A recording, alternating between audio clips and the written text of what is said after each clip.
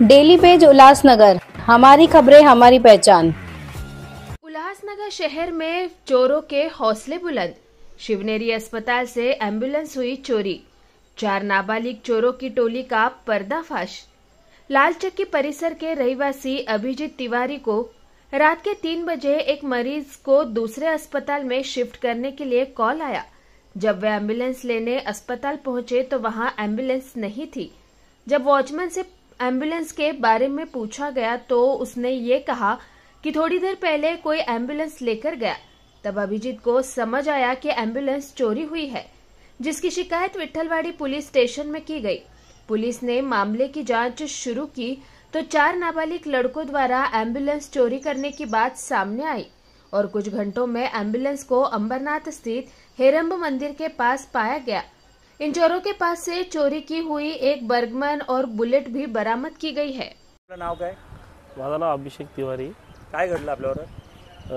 Ambulance चोरीला गेली होती आपल्या इथं शिवनेरी हॉस्पिटलवरून। आम्ही 4 वाजता आलो रात्री, बघितलं तर ॲम्ब्युलन्स नाही आहे। ते वॉचमॅनला विचारलं तर वॉचमॅन बोलला की काहीतरी 3:30 वाजता कोणतरी गाडी चालू करून बिगर हेडलाईट बंद वगैरे करून घेऊन गेले। मग आम्ही रात्री 4:30 वाजता पोलीस चौकीला आलो।